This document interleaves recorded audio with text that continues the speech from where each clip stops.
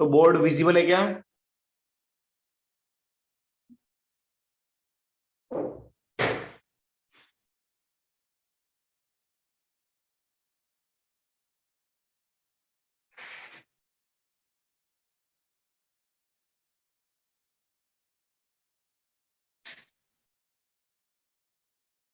अपन जो है वो शिफ्टिंग की बातें कर रहे थे। तो सबसे लास्ट में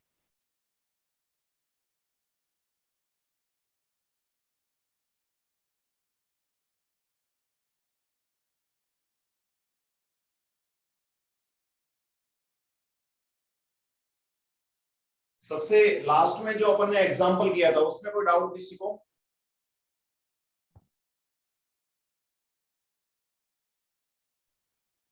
सर वो वापस एक बार बता दो ना, वो कट हो गया था।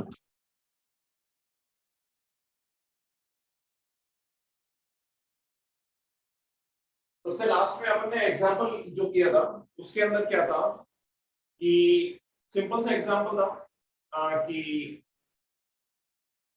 ऑब्जर्वर और ऑब्जेक्ट के बीच में मीडियम डिफरेंट था, यानी कुछ इस टाइप का था। यहाँ पे एक स्लैब रख दी, यहाँ पे ऑब्जेक्ट था, ऑब्जेक्ट का मीडियम डिफरेंट था यहाँ पे, और यहाँ पे ऑब्जर्वर था। तो अपन ने इसको भी एक स्लैब मान लिया, इसकी वजह से शिफ्टिंग निकाल ली और इसकी वजह से शिफ्टिंग निकाल ली। कैसे निकाली शिफ्टिंग?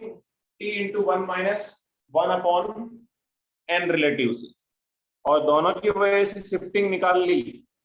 तो शिफ्टिंग अगर पॉजिटिव आ रही है इसका मतलब इंसिडेंट रे की डायरेक्शन में है, शिफ्टिंग अगर नेगेटिव आ रही है यानी इंसिडेंट रे के ऑपोजिट है।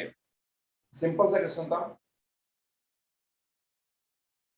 अब कुछ लोग बोल रहे, कल किसी ने पूछा था कि इसको रे डायग्राम वगैरह से या कैसे एक्सप्लेन करेंगे, इसका कुछ कैसे होगा, वो समझ में नहीं आया।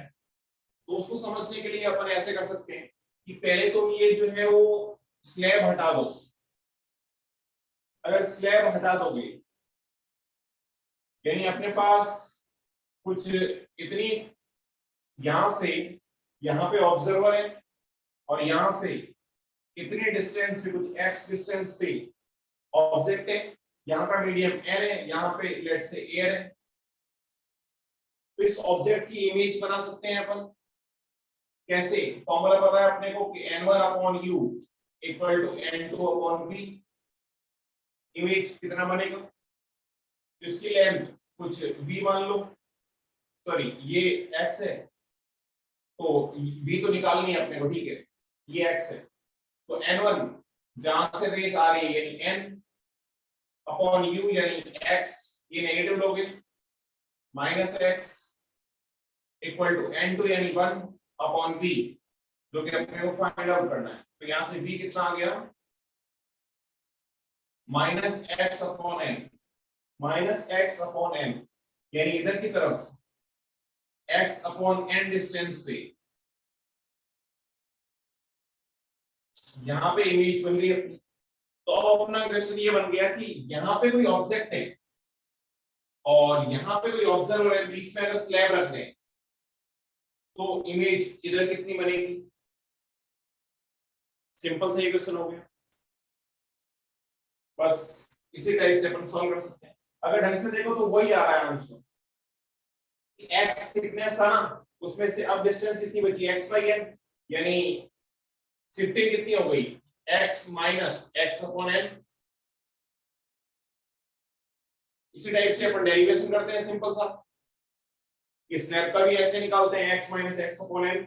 अब n रिलेटिव लेते हैं अपन यहाँ पे, अभी तो एयर था, एयर के अलावा कोई मीडियम होगा यहाँ पे n भी आएगा।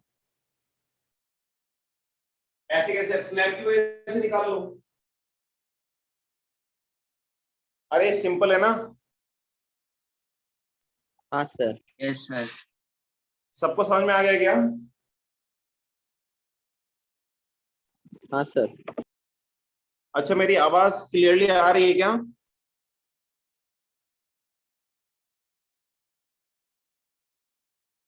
Yes sir. ठीक है, तो अपन कुछ और एग्जांपल ट्राई करते हैं। देखो, इसको मैं रफ कर रहा हूं।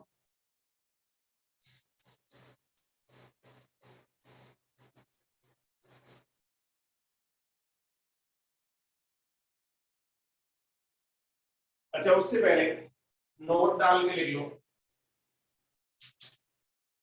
जैसे अगर बहुत सारी स्लैब होगी, एक स्लैब से तो अपने को पता है शिफ्टिंग इतनी होती है, और मल्टीपल स्लैब से तब भी शिफ्टिंग निकाल सकते हो।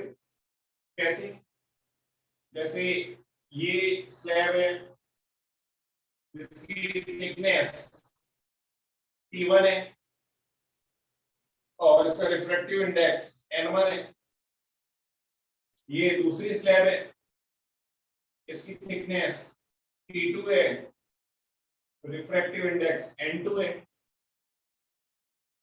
ये तीसरी स्लैब है, इसकी थिकनेस T3 है, N3 है।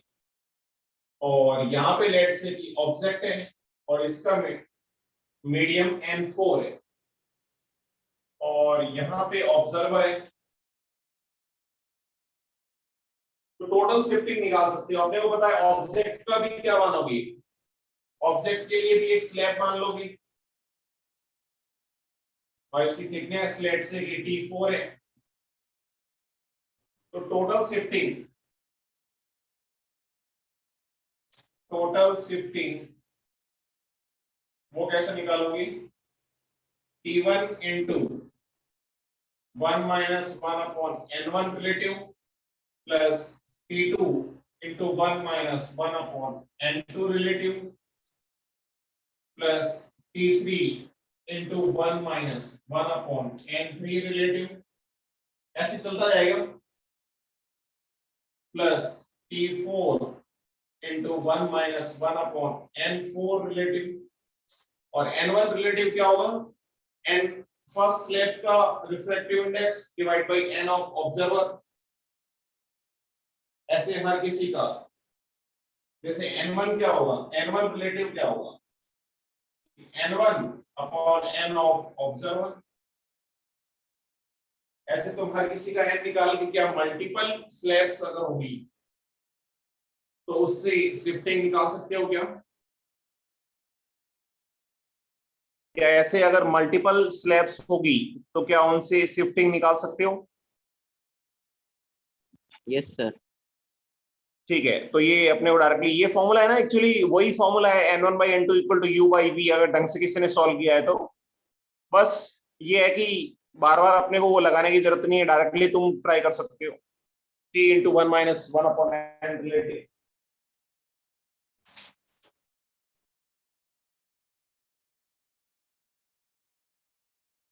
तो एक एग्जांपल करते हैं इसी टाइप का।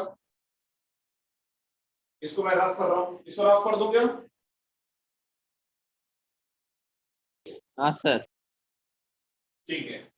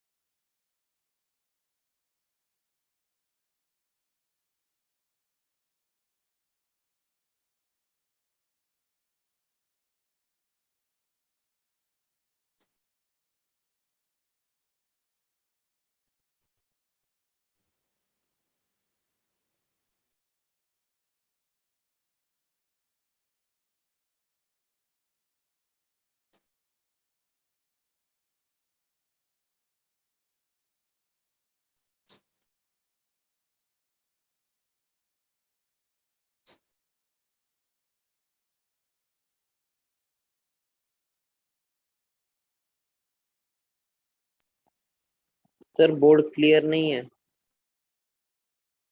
क्या हुआ? बोर्ड थोड़ा सा ब्लर है सर। अच्छा अच्छा, थोड़ा सा मैं बड़ा लिख लेता हूँ, एक सेकंड। क्लियर है सर।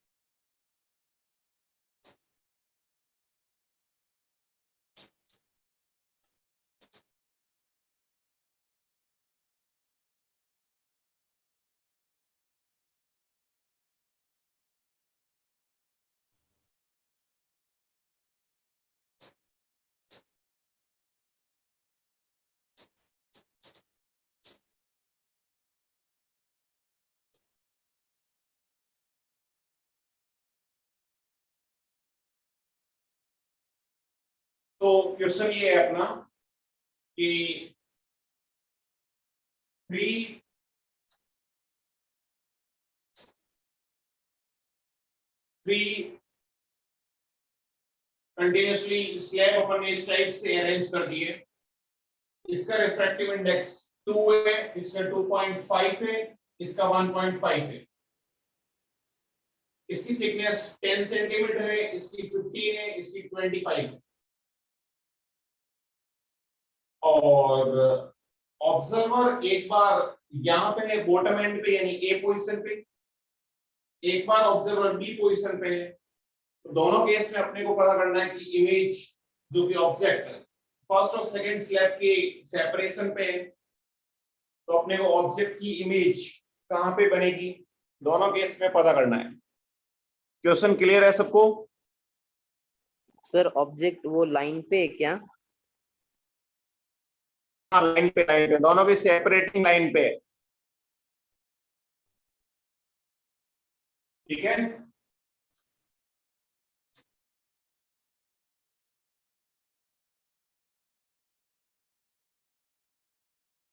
क्वेश्चन क्लियर है सबको? Yes sir. ठीक है, सॉल्व करो फटाफट।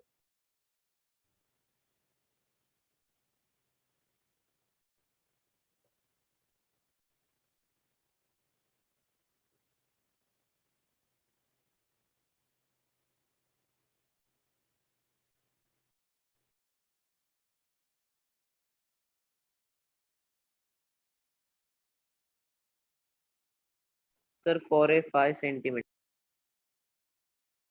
फॉर ए 5 सेंटीमीटर। Very good. बी के लिए निकालो। बी मतलब जो टॉप एंड पे है।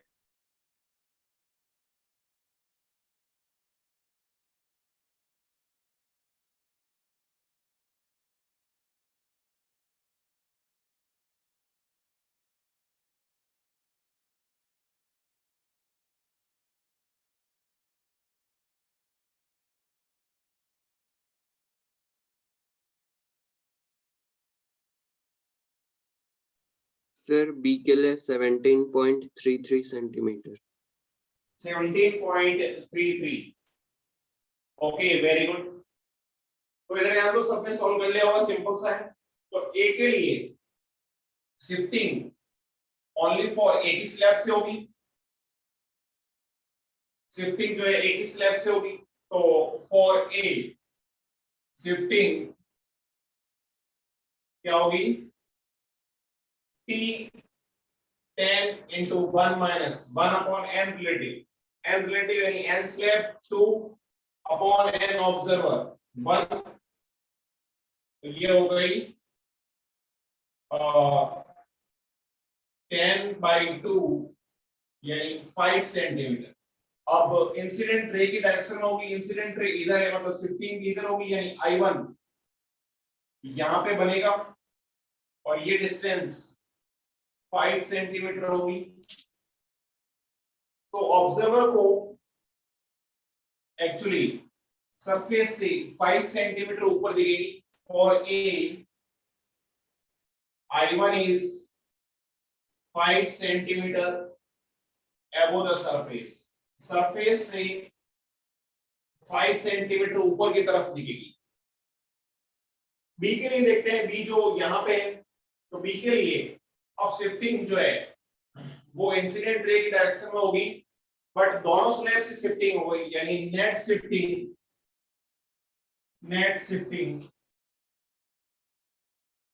पहले फर्स्ट वाले स्लैब से शिफ्टिंग करवाते हैं। तो T1 यानी 15 into 1 minus 1 upon n relative, n slab यानी 5/2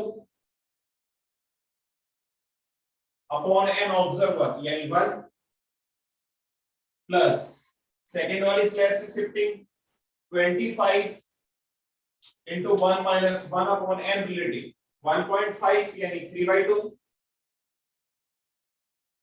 और n ऑब्जर्वर तो 1 है, तो ये हो गई 5 minus 2 3/5 15 into 3/5 plus 25 into 3 minus 2 1/3, ये हो गई 339 प्लस 25/3 8.3 17.3 सेंटीमीटर। नेट शिफ्टिंग 17.3 हो गई, यानी इंसिडेंट रे की डायरेक्शन में शिफ्टिंग होगी, यानी ये 17.3 शिफ्टिंग होगी 17.3, यानी यहाँ पे I2 बनेगी। तो इस ऑब्जर्वर को डिस्टेंस कितनी दिखाई दिखाई देगी, कितनी डेप्थ पे या कितनी सरफेस से बिलो दिखाई देगा? 25 प्लस 15 40 था, 40 माइनस 17.3 22.6 22.67 67 सेंटीमीटर। तो इस ऑब्जर्वर को for B image is below 17 centimetre 22.67 centimetre below the surface. इसको डेप्थ कितनी दिखाई देगी, कितनी डेप्थ पे इमेज दिखेगा? 22.67 सेंटीमीटर पे, जो कि एक्चुअली 40 सेंटीमीटर डेप्थ पे है, लेकिन इसको थोड़ा सा ऊपर उठा हुआ दिखेगा।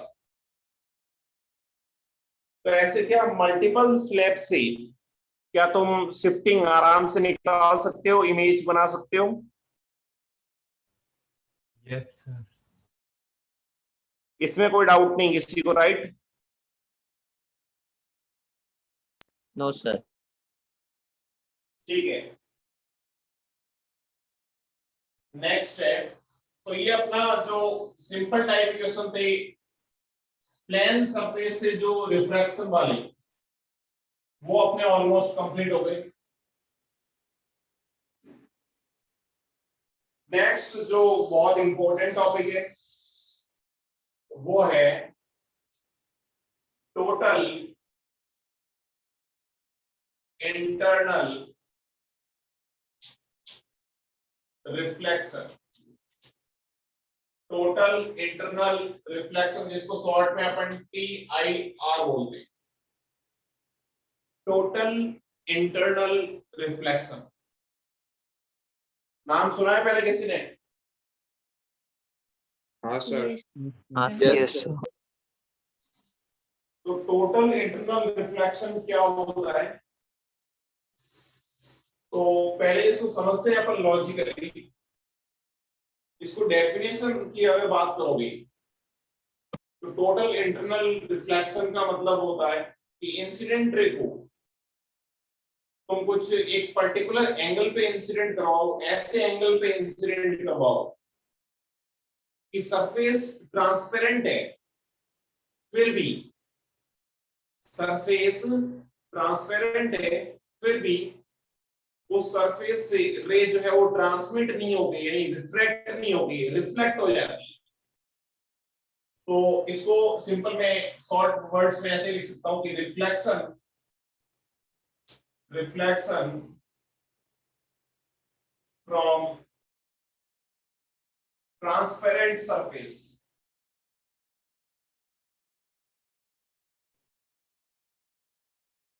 ट्रांसपेरेंट सरफेस से जो रिफ्लेक्शन होता है उसी को टोटल इंटरनल रिफ्लेक्शन बोलते हैं। ऐसा क्यों होता है, कैसे होता है, इसको अपन अभी समझेंगे डिटेल में। तो ये कोई एग्जैक्ट डेफिनेशन नहीं है, अपन ने बस जो है और टेक्निकल वर्ड्स में अपन बाद में लिख लेंगे, लेकिन अपन ने बस ये लिख लिया कि सिंपल अब तक अपन जो रिफ्लेक्शन करवाते आए हैं वो रिफ्लेक्शन किस टाइप का होता था कि पॉलिश्ड सरफेस होती थी और पॉलिश्ड सरफेस पे रे इंसिडेंट करवा देते तो रे वापस उसी मीडियम में चली जाती। लेकिन यहाँ पे सरफेस पॉलिश्ड नहीं है, फिर भी जो है वो रिफ्लेक्शन होता है।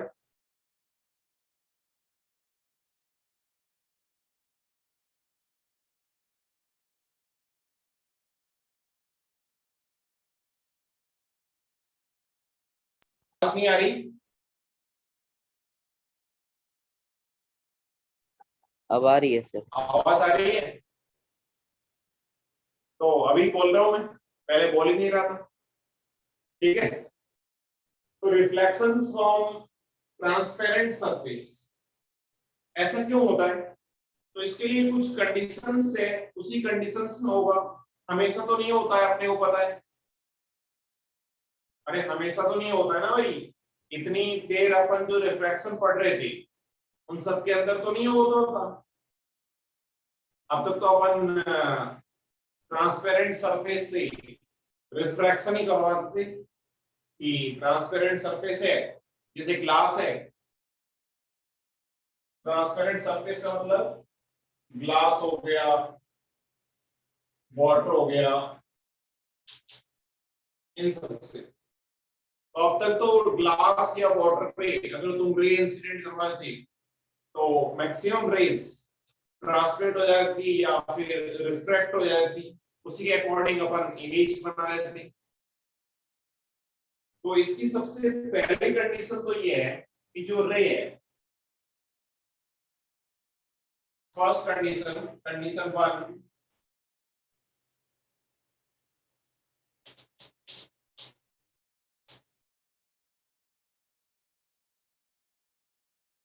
ray goes from denser to rarer medium.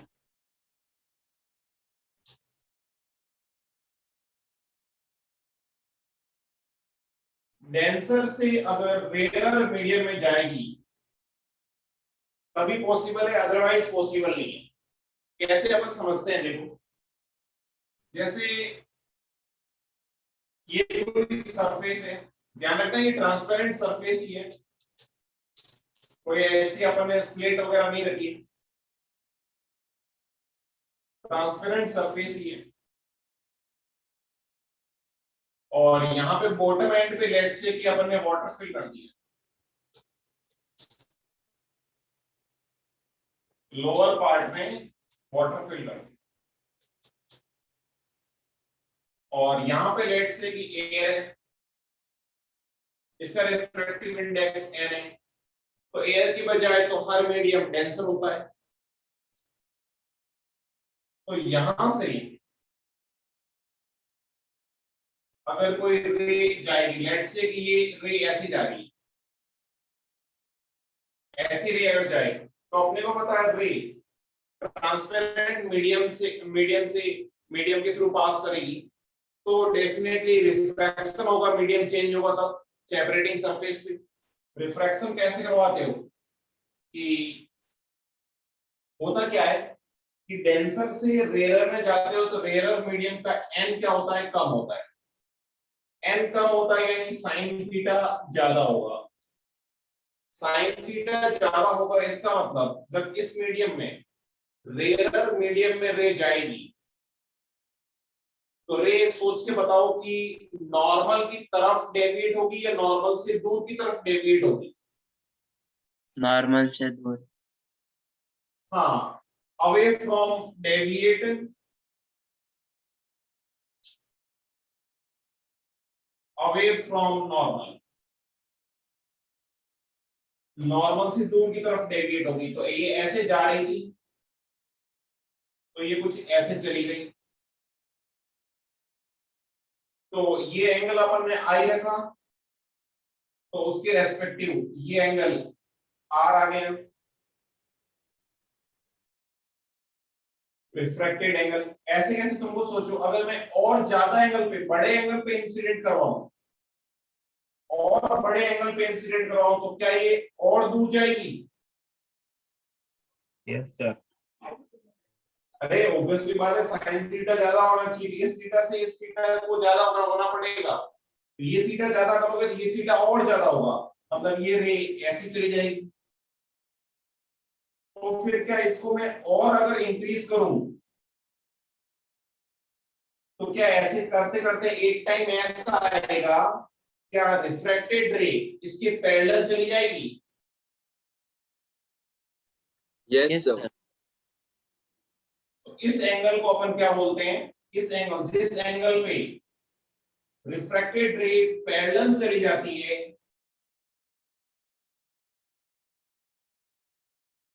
इसको अपन आईसी से डिफाइन करते हैं। ये एंगल कौन सा है, IC.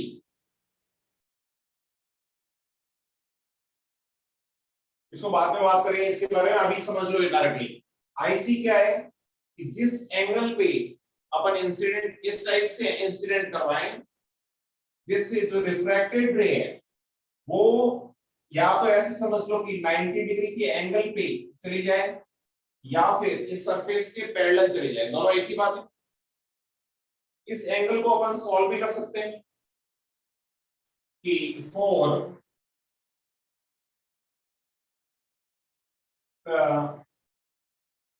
R equal to π/2, R क्या है, रिफ्रैक्टेड एंगल या पैरेलल रिफ्रैक्शन, या ऐसे लिख लो refracted ray parallel to surface. Refracted ray अगर पैरेलल जा रही है सरफेस के, तो उस केस में अपन ये एंगल ऑफ इंसिडेंस निकाल सकते हैं। R अपने को पता है π/2 है, यानी θ2 जो है वो π/2 है। यहाँ पे θ1 IC है, तो N1 यानी N sin θ1 यानी sin IC equal to N2 यानी 1 into sin π/2। sin θ2 कितना है, π/2। तो यहां से IC आ गया अपने पास, कितना आ जाएगा IC,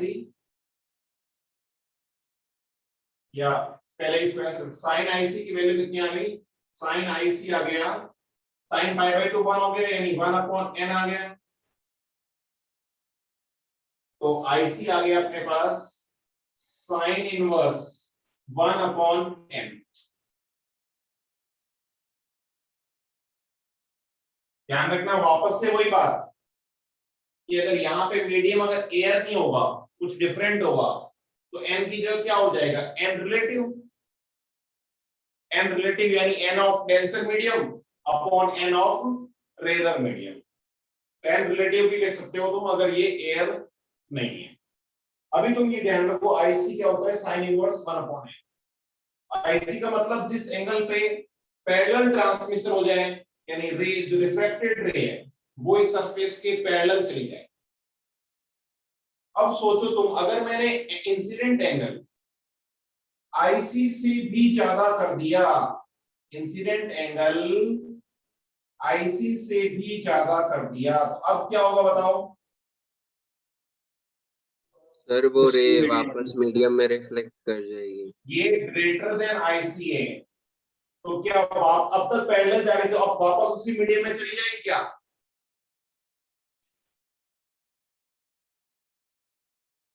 तो ये वापस उसी मीडियम में चली जाएगी क्या,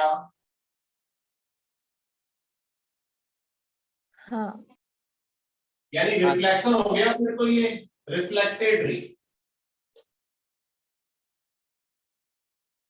और रिफ्लेक्टेड रे अगर रिफ्लेक्शन हो रहा है तो रिफ्लेक्शन के सारे लॉस लगा सकते हैं, यानी जिस एंगल पे ये एंगल ऑफ इंसिडेंस हो गया, जिस एंगल पे रे आएगी उसी एंगल पे चली जाएगी। यानी ये एंगल अगर थीटा है, एंगल ऑफ इंसिडेंस, तो ये एंगल भी कितना होगा, थीटा ही होगा, क्योंकि इंसिडेंट रे और रिफ्लेक्टेड रे का नॉर्मल के साथ एंगल सेम होता है।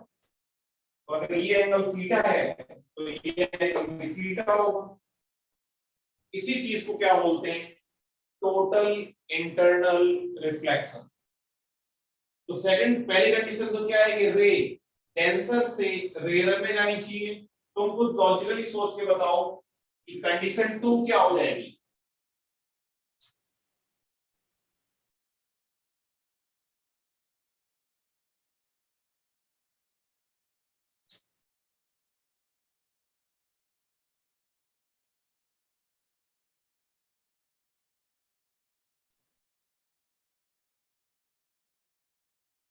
कंडीशन 2 क्या हो जाएगी कि इंसिडेंट एंगल जो है वो आईसी से ज्यादा होना चाहिए।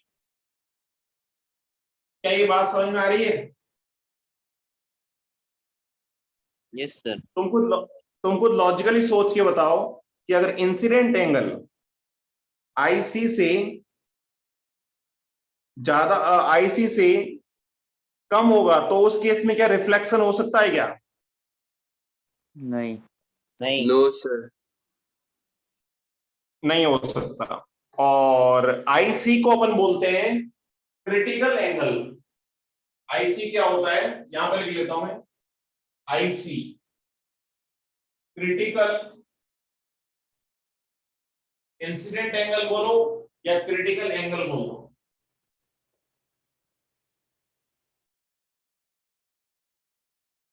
क्रिटिकल के एंगल का मतलब क्या हो गया? क्रिटिकल एंगल का मतलब angle at which, angle of incidence at which refracted ray is parallel to the surface. Refracted ray surface के पैरेलल अगर हो जाए तो उस एंगल ऑफ इंसिडेंस को अपन क्रिटिकल एंगल बोलेंगे। तो बताओ इस टाइप से क्या तुम टोटल इंटरनल रिफ्लेक्शन करवा सकते हो? इसमें कोई डाउट किसी को? No sir. सर हाँ बोलो। सर फोटो भेज दो ना इसका। फोटो भेजना है? हाँ सर। ठीक है,